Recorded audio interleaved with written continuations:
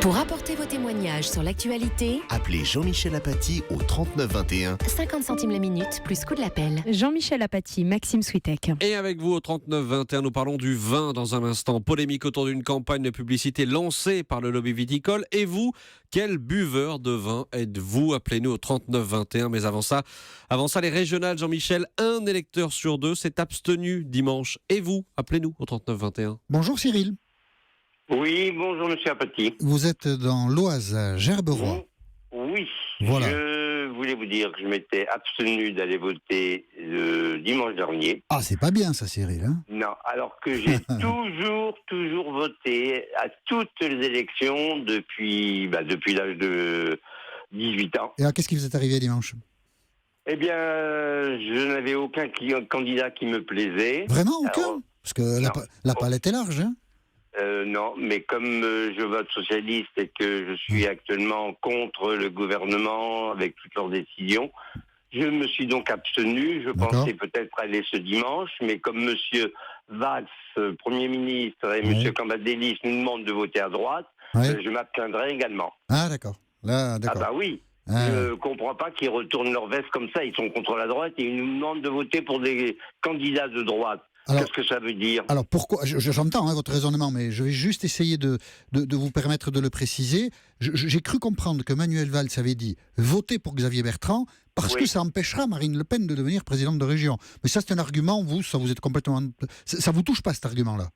C'est pas que ça me touche pas, mais je ne vais pas aller voter pour quelqu'un de droite. Je veux pas. En plus, c'est qu'il nous donne des ordres d'aller voter pour un candidat de droite alors qu'il nous dénigre la droite. D'accord. Mais si beaucoup d'électeurs socialistes tiennent votre raisonnement, Marine Le Pen sera élue. Marine Le Pen passera. Et ce sera la règle démocratique. Voilà, oui, d'accord. C'est un parti comme un autre. D'accord. Il y a 30% d'électeurs maintenant au Front National, c'est le premier parti. Je vois pourquoi on va les empêcher non plus. D'accord. Moi, elle ne me fait pas peur, hein. Ah bon, non, moi non plus, ça ne me fait pas peur. Mais... Bon. Et donc, le fait qu'elle soit élue, ça vous est un peu égal, c'est normal, quoi.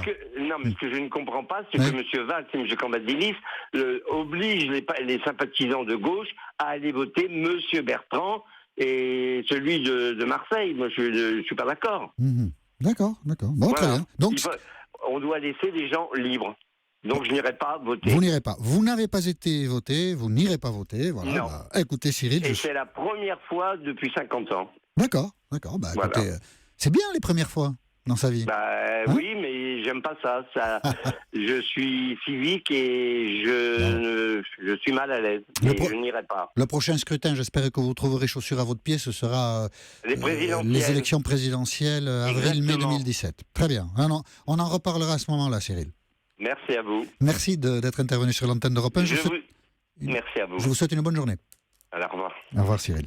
Bonjour, Jean-Luc. Oui, bonjour Jean-Michel, bonjour Maxime, merci de m'accueillir sur votre antenne. Vous êtes à Marseille? Oui, tout à fait. Vous n'avez pas voté dimanche? Non, j'ai pas voté dimanche par empêchement personnel et manque de vigilance sur le fait que j'aurais pu donner une procuration. Et alors dimanche prochain, vous allez faire quoi, Jean-Luc? Je donne une procuration parce que je ne serai pas Marseille non plus. Je vis entre Paris et Marseille. D'accord. Et donc je vais donner une procuration pour qu'il y ait un vote de ma part. D'accord. Et vous nous indiquez, vous avez le droit de ne pas le faire, hein, Jean-Luc, mais le sens du vote que vous voulez voir effectué en votre nom dimanche prochain?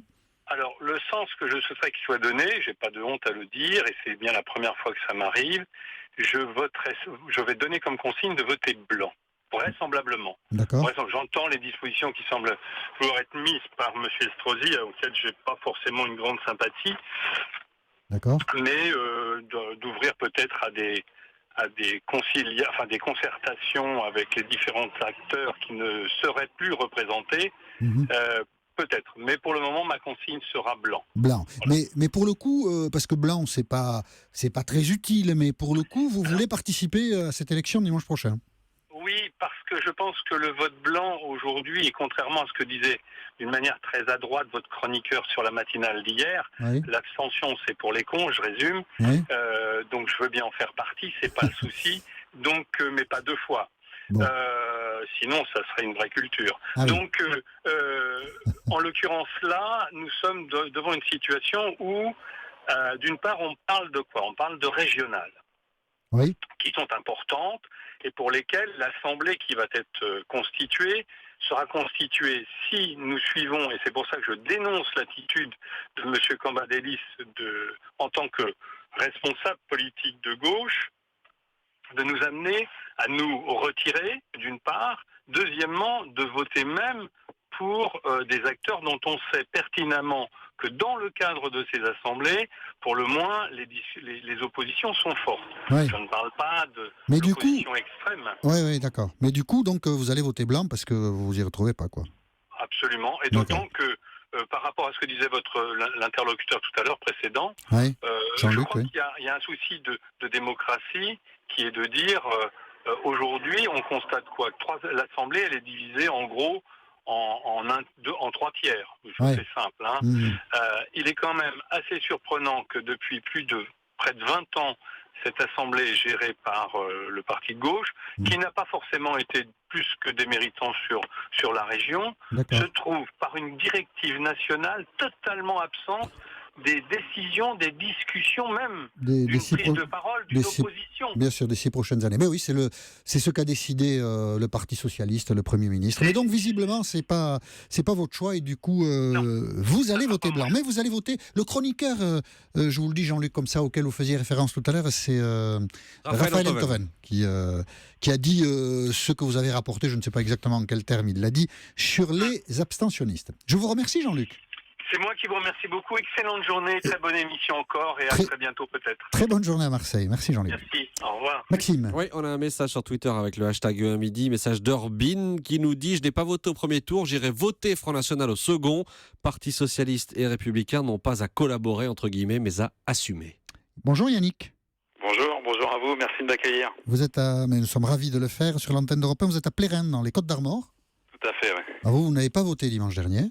Non, j'ai pas voté. Et vous n'allez pas voter dimanche prochain. Et pourquoi? Vous êtes en colère? Je le revendique. Ouais. Non, déplaise à M. Enthoven. Moi, je pars d'un principe simple. Vous savez, je suis artisan, je vote tous les jours. Tous les jours, je vote pour mon pays.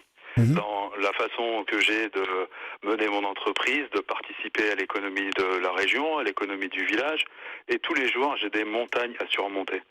Moi, je pars d'un principe simple, c'est que le vote blanc n'est pas comptabilisé, donc il ne sert à rien. D'accord.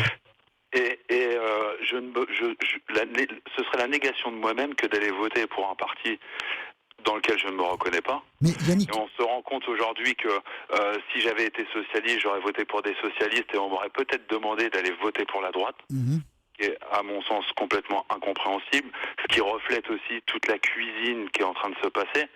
Et par-delà le fait d'aller ou pas voter, je pense que ce qui se passe avec ces élections-là, c'est que le peuple français est en train de renverser la table. Oui, ça c'est autre chose. Mais vous n'y participez pas au renversement de la table? Mais si, j'y participe. Non. Le fait de ne pas aller voter. Non, le fait de ne pas aller voter, ça veut dire beaucoup de choses. Non, ça veut dire qu'on se reconnaît pas. Ça veut rien dire, parce que vous n'êtes pas pris en compte. Donc non. Mais le vote blanc, il n'est pas pris en compte. Mais pourquoi vous n'allez pas voter Front National pour renverser la table? Comment? Pourquoi vous ne votez pas Front National pour renverser la table, si c'est votre point de vue?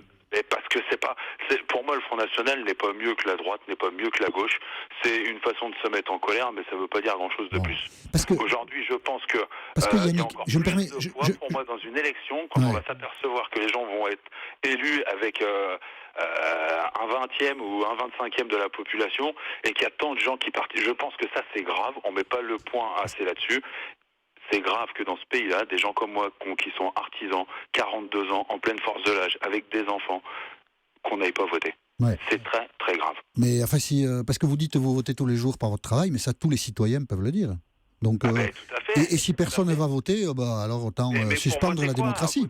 Je ne sais pas, il y a plein de listes. La droite, pour passer son temps après à critiquer parce qu'on n'est pas content de ce qu'ils font, voter la gauche. Moi, quand je vois l'état du pays aujourd'hui... Mais ça pourrait très bien, si on me disait qu'en fait c'est le Front National qui est en poste là, et qui a mis ce pays dans cet état-là, mais j'y vois pas de différence. Il n'y a pas de différence. D'accord. Il n'y en a pas. Le pays a besoin de nouvelles têtes, a besoin de peut-être une 6e République, d'un nouveau système politique, et a besoin d'avoir un dessein. Il faut un grand dessein pour la France. Il faut aujourd'hui, qu'est-ce qui se passe?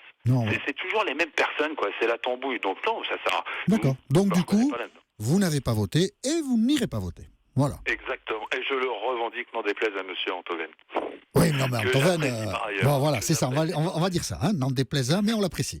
Voilà. Je vous remercie, Yannick, d'être intervenu sur l'antenne de Europe 1. La parole. Merci beaucoup. Et c'est une publicité qui nous a donné envie ce midi de vous interroger sur le vin, publicité lancée par le lobby viticole et où on peut lire notamment qu'une femme, par exemple, peut boire 2 verres de vin sans aucun souci, 2 verres de vin par jour, sans aucun souci pour sa santé. On a entendu tout à l'heure à 12h45 que c'était un argument qui était daté, un argument que critiquaient aujourd'hui les médecins. Et vous, quel buveur de vin êtes-vous? C'est la question qu'on vous a posée au 39-21. Oui, alors Maxime, ça nous a donné envie d'en parler. Ça nous a pas donné envie de boire, la publicité. Non. Mais J'ai on pas en dit parle. ça. J'ai pas Non, dit vous n'avez ça. pas dit ça, je précise. Je vérifie. On en parle avec Estelle, qui est à Meudon. Bonjour Estelle. Bonjour Jean-Michel, bonjour Maxime. Bonjour. Alors, Meudon, Alors, Haute-Seine. plus, Jean-Michel, on ne vous voit plus à la télé. Ah, mais Maxime, je le regarde en fin de journée sur France 5. Voilà, il y en a toujours un des deux qui est à la télé, donc tout va bien. Garde tout va bien. partagée. Bon, ben alors moi, je ne peux pas croire que... Oui. Je vis toute seule, bien que j'ai une nombreuse famille avec qui j'ai des liens très affectifs. Oui. Mais je peux pas croire que le fait de boire 2 verres de vin à chaque repas, ce soit mauvais pour la santé. Ça change totalement le plaisir de manger.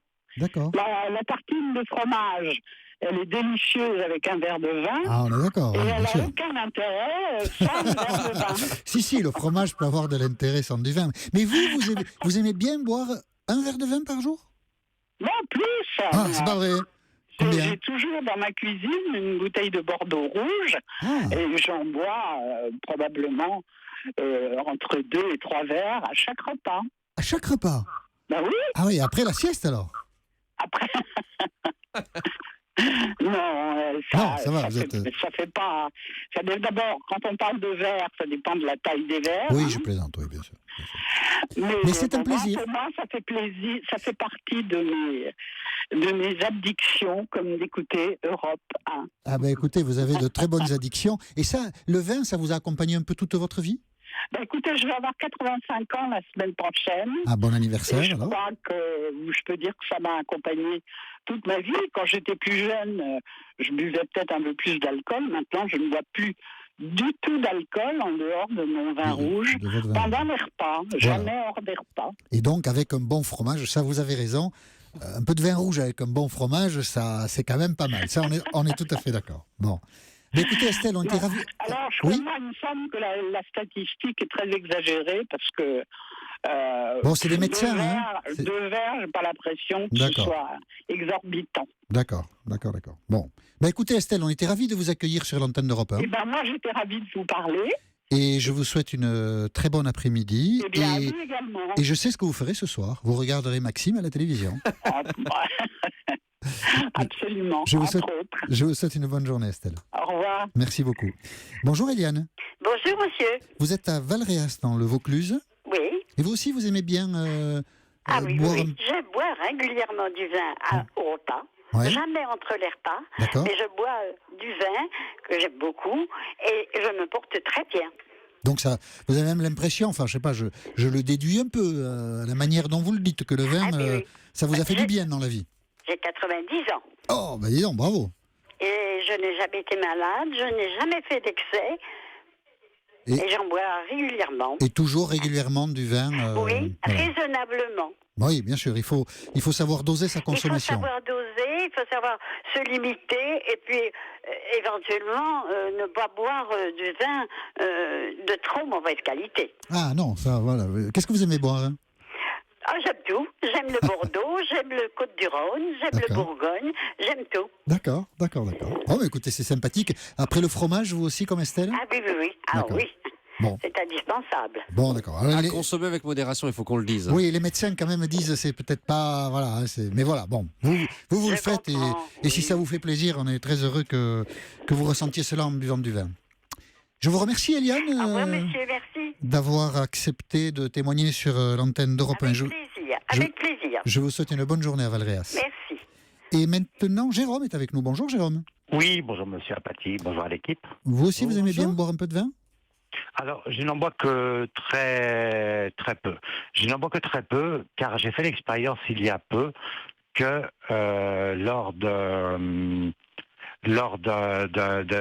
j'avais beaucoup travaillé et j'étais un peu fatigué. Donc, je me suis dit que j'allais me boire un petit verre de blanc et cela m'a effectivement remonté le moral. Ah oui. Ça peut avoir cet effet, le vin. Ça m'a remonté le moral et ça m'a donné le peps.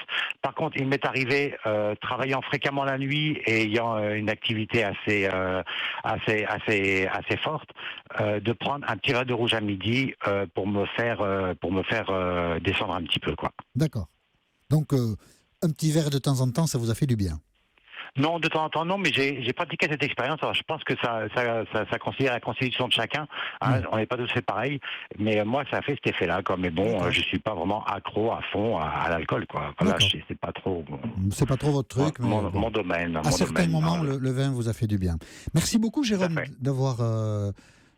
participer à notre émission sur l'antenne d'Europe 1. On va quand même le rappeler, Maxime, vous le disiez, mais c'est vrai, les médecins tout de même, de plus en plus, parce qu'ils constatent aussi les dégâts que fait l'alcool, recommandent d'user avec beaucoup de distance et de prudence de la consommation de vin. Et donc nous vous parlions de ce sujet parce que des producteurs de vin font passer des publicités actuellement en disant buvez du vin, certes avec modération, mais buvez-en plus que vous le disent les médecins. Bon, peut-être pas quand même, en tout cas, nous étions heureux de dialoguer avec vous de ce sujet sur Europe 1 et nous recommençons demain, composé le 39-21 et nous nous retrouverons sur l'antenne d'Europe 1 à partir de 13h10.